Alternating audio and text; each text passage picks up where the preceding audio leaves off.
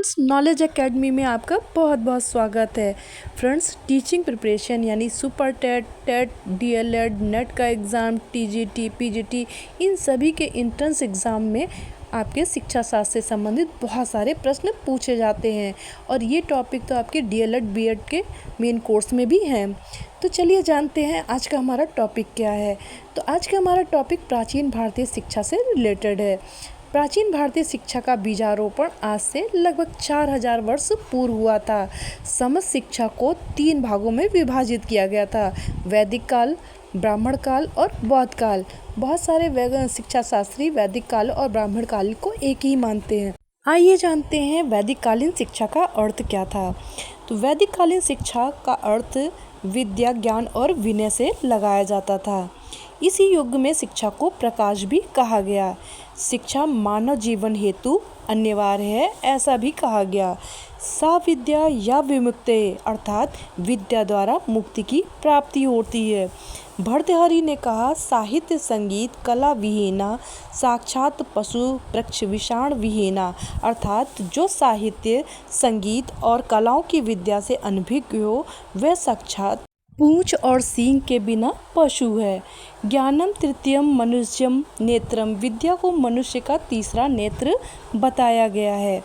तो इस तरह से वैदिक काल में शिक्षा के अर्थ लगाए गए थे। अब वैदिक कालीन शिक्षा के उद्देश्य क्या हैं, आइए जानते हैं। ईश्वर भक्ति और धार्मिक भावना का विकास करना।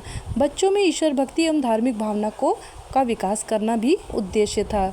चरित्र निर्माण करना, इसके लिए महापुरुषों के उदाहरण द्वारा छात्रों के चरित्र का निर्माण किया जाता था। थर्ड है व्यक्तित्व का विकास, आत्मसम्मान, न्याय, आत्मविश्वास आदि गुणों का विकास किया जाता था। सामाजिक कुशलता का विकास, वैदिक कालीन शिक्षा का अन्य उद्देश्य सामाजिक कुशलता का विकास करना भी था।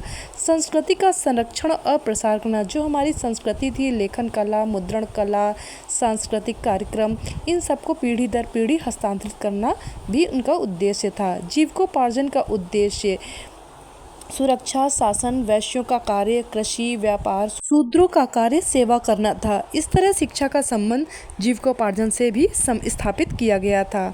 वैदिक कालीन शिक्षा की व्यवस्था को 2 भागों में विभाजित किया गया था।